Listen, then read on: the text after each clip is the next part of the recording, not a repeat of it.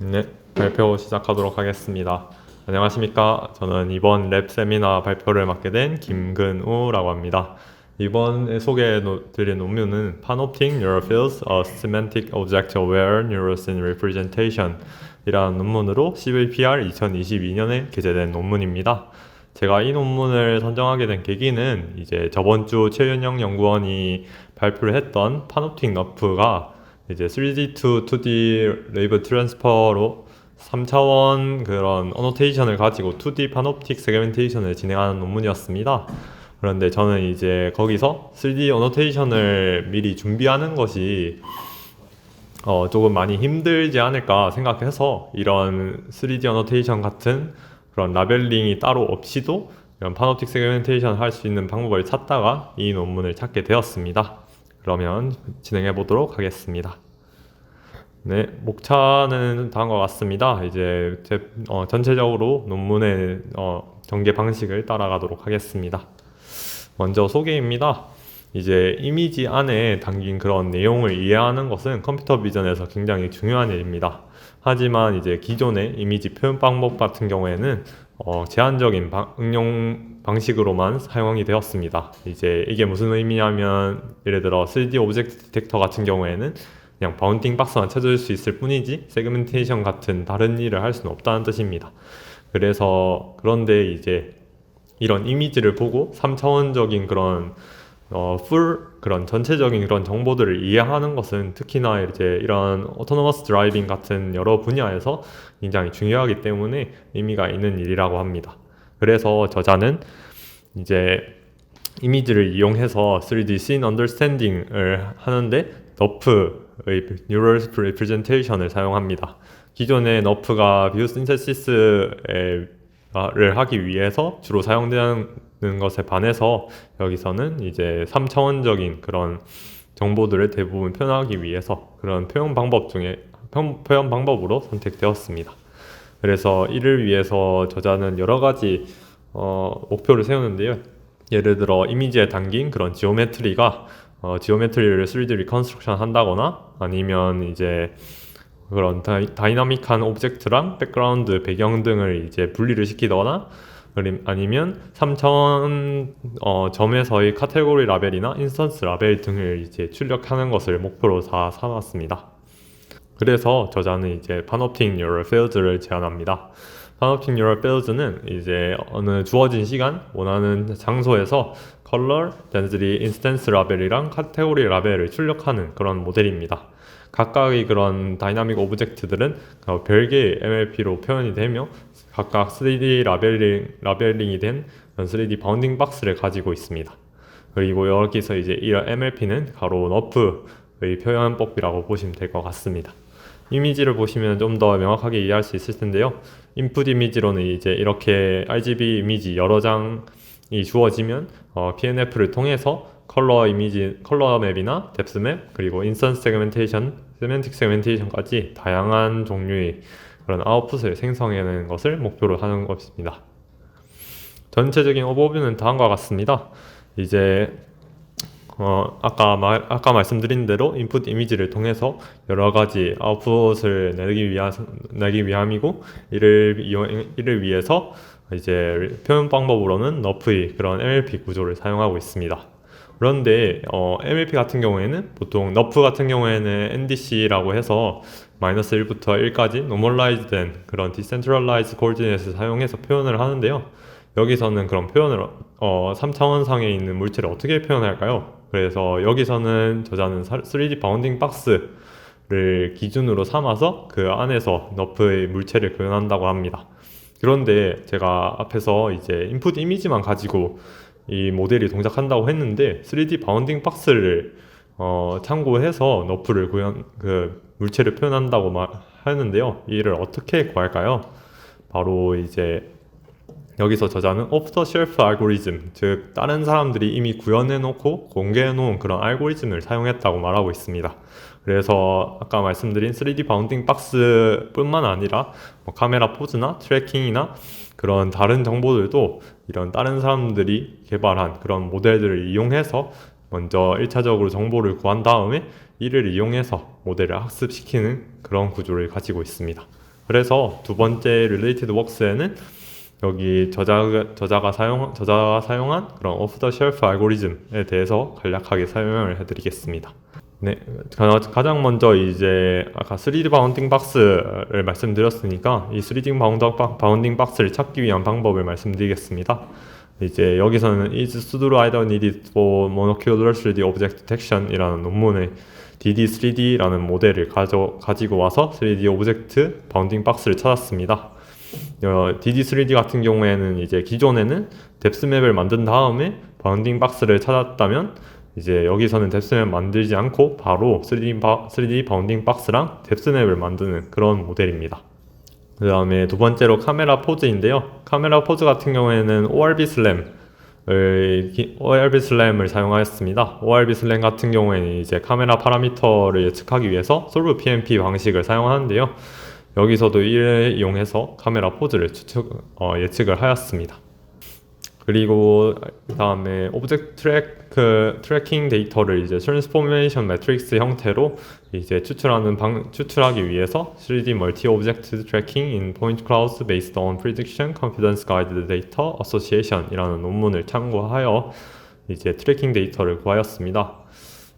여기서 이 논문은 전적으로 이제 포인트 클라우드만 이용해서 이런 트래킹 데이터를 추출하는 건데, 여기서는 이제 인풋 이미지만 사용을 하기 때문에 여기서 좀 안 맞는 부분이 있는데, 예측을 해보자면 아마 그 앞에서 그 ORB 슬램을 사용했으니까 그런 식으로 여러 장의 이미지를 가지고 이제 특징점 같은 거를 이제 3차원으로 리컨스트럭션 투영해서 3차원적인 점을 포인트 클라우드를 추출해서 아마 트래킹을 구하는데 사용하지 않았을까 하고 저는 생각을 했습니다.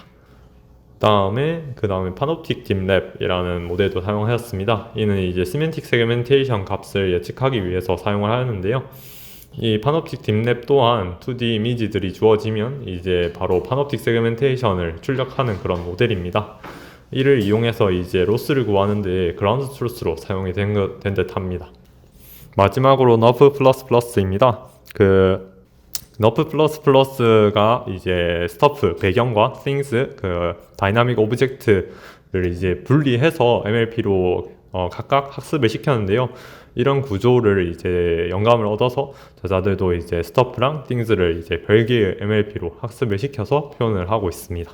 네, 세 번째로 메소드입니다. 여기서는 이제 PNF, 파놉틱 뉴럴 필드에 대해서 조금 더 세부 내용을 설명드리도록 하겠습니다.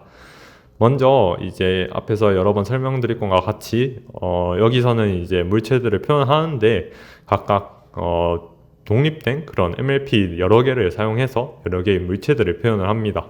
그럼 왜 이렇게 표현을 할까요? 기존의 너프 같은 경우에는 이제 하나의 MLP만 가지고 여러 가지 물체나 또는 한 물체랑 배경을 이제 표현을 하였습니다.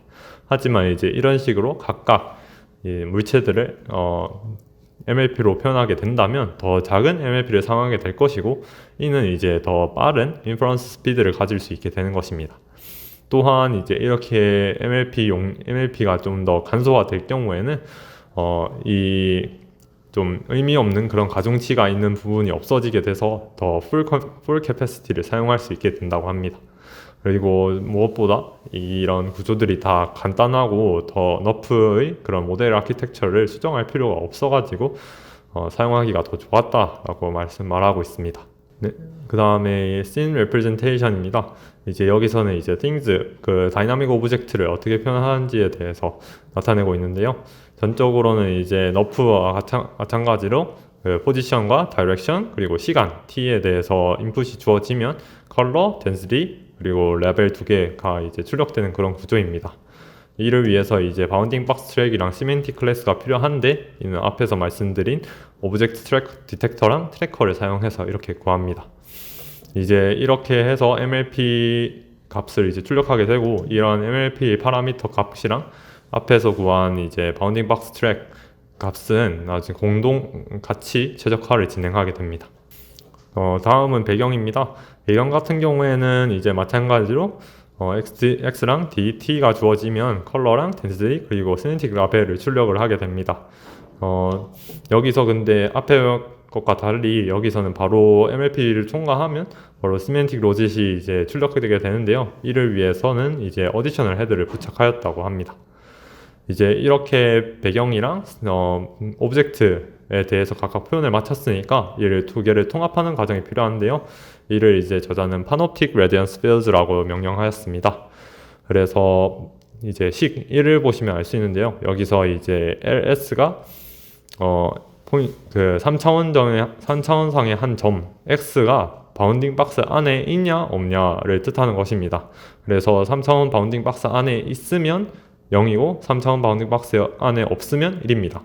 그래서 이를 풀이해 보자면 예를 들어 이 어떤 한 점이 3D 바운딩 박스 안에 없으면 이는 배경이니까 1이 되고 배경의 색깔이 이제 컬러가 되는 것입니다.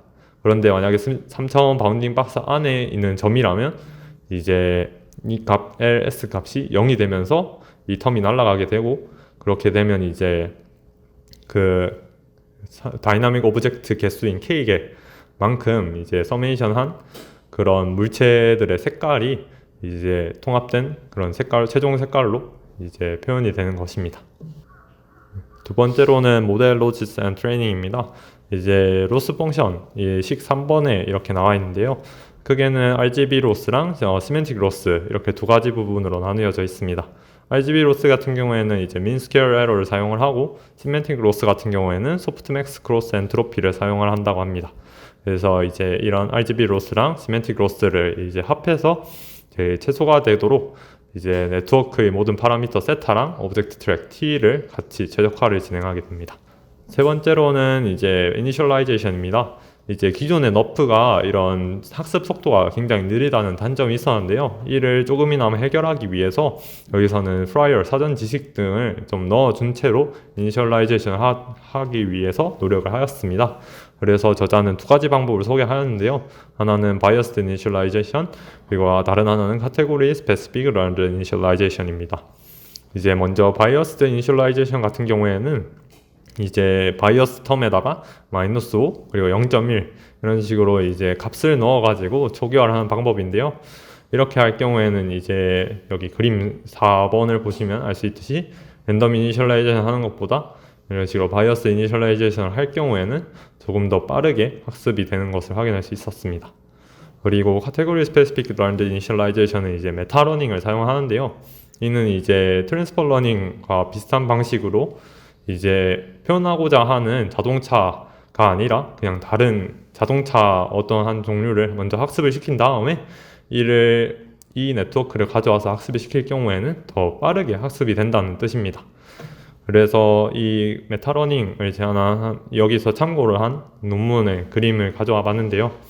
이제 랜덤 이니셜라이제이션을 했을 경우에는 스텝이 진행됨에 따라서도 잘 표현이 되지 않지만, 만약에 이제 어떠한 여자의 정면 사진을 먼저 미리 학습해 놓았다면 이제 첫 번째 스텝만에 바로 남자의 그런 사진이 학습되어서 나타나는 것을 확인할 수 있습니다. 그래서 여기서 실험할 때도 쉐이프넷에 있는 자동차를 가지고 프리트레이닝을 해서 이니셜 웨이트를 얻었다고 합니다. 네 번째로는 실험 부분입니다. 이제 사용한 데이터셋으로는 세 가지를 사용하였습니다. Kitty, Virtual Kitty, Kitty 360 이렇게 세 가지를 사용하였고, 이제 베이스라인으로 비교군으로는 이제 이 세 가지 데이터셋을 사용한 그런 다른 방법들을 전반적으로 비교를 하였습니다. 그리고 평가 항목 같은 경우에는 노벨 뷰 신세시스를 해서 컬러랑 그다음에 시멘틱 세그멘테이션 결과를 비교를 하였고, 다음으로 이미지 리컨스트럭션 퀄리티 그리고 세그멘테이션 등을 이제 한번 평가를 해보았습니다. 그래서 뷰 신세시스 부분에 대해서 한번 먼저 살펴보면, 이제 그 시멘틱 세그멘테이션 결과 값이나 그런 컬러 값을 평가하는 PSNR 값이 다른 방법들에 비해서 다 높다라고 주장하고 있고요. 그리고 리컨스트럭션한 퀄리티의 경우에서도 우리 이 PNF가 다른 방법들에 비해서 다 전반적으로 높은 성능을 보이는 것을 확인할 수 있었습니다. 그 다음에 세그멘테이션입니다. 세그멘테이션 퀄리티 같은 경우에도 우리 이 PNF 방법이 다른 모델에 비해서 더 높다라는 것을 이제 표로 수치상으로도 확인할 수 있고, 이제 그림상으로도 확인할 수 있습니다. 여기서 딥랩 같은 경우에는 오른쪽에 있는 이제 이 트럭 같은 게 잘 표현되지 않았고, 시멘틱 러프 같은 경우에는 이제 동적인 물체들을 표현할 수 없기 때문에 이런 자동차 같은 게 다 나와 있지 않는 모습을 보입니다. 그에 반해서는 이제 조금 더 표현이 더 잘 됐다는 것을 확인할 수 있었습니다. 좀 단점으로는 이렇게 뭐 버스 유리창 같은 부분이 좀 투명해서 그런지 이런 식으로 뚫려가지고 표현이 된 것을 확인할 수 있었습니다. 네, 그 다음엔 뎁스 에스티메이션입니다. 전반적으로 뎁스 에스티메이션 같은 경우에서도 충분히 이제 샤프하게 잘 출력이 되었다라는 게 이제 저자들의 주장이고요. 그 다음에 오브젝트 디컴포지션, 즉 배경에서 이제 움직이는 물체들을 이제 분리해내는 그런 작업입니다. 그래서 NSG 같은 경우에는 보시면 배경 같은 게 조금씩 이제 같이 추출이 된 반면에 이제 이 PNF 같은 경우에는 배경이 거의 없이 물체들만 이제 추출이 된 것을 확인할 수 있습니다. 마지막으로 씬 에디팅입니다. 이제 위에 두 가지 장면을 이용해서 새로운 장면을 만드는 건데요. 뭐 예를 들면 여기에서 이 사진에서 자동차들을 전부 다 하얀 색깔로 만든다든지, 아니면 여기 이 사진에서 이 자동차를 조금 뒤틀어 가지고 회전시켜서 표현을 한다든지, 이런 식으로 이제 여러 가지 어그멘테이션이 가능하다고 합니다. 네, 마지막으로 결론입니다. 결과적으로 이 파놉틱 뉴럴 피어즈 같은 경우에는 그냥 단순하게 이미지 시퀀스만 가지고 여러 가지 아웃풋을 낼 수 있는 그런 모델이라고 할 수 있겠습니다. 이제 저자들은 여기서 아까 말씀드린 그런 실험 결과를 통해서 소타의 퍼포먼스를 가지고 있다라고 주장을 하고 있습니다. 이제 한계점으로는 조금 더 세밀한 그런 표현이 부족하다라는 것을 이제 단점으로 들었고, 저는 개인적으로는 이런 파놉틱 뉴럴 필드의 성능이 전적으로 off the shelf 알고리즘, 즉 다른 모델들에 대한 성능에 좀 과하게 의존하는 게 아닌가라고 저는 생각하고 있습니다. 네, 이것으로 발표를 마치겠습니다. 감사합니다.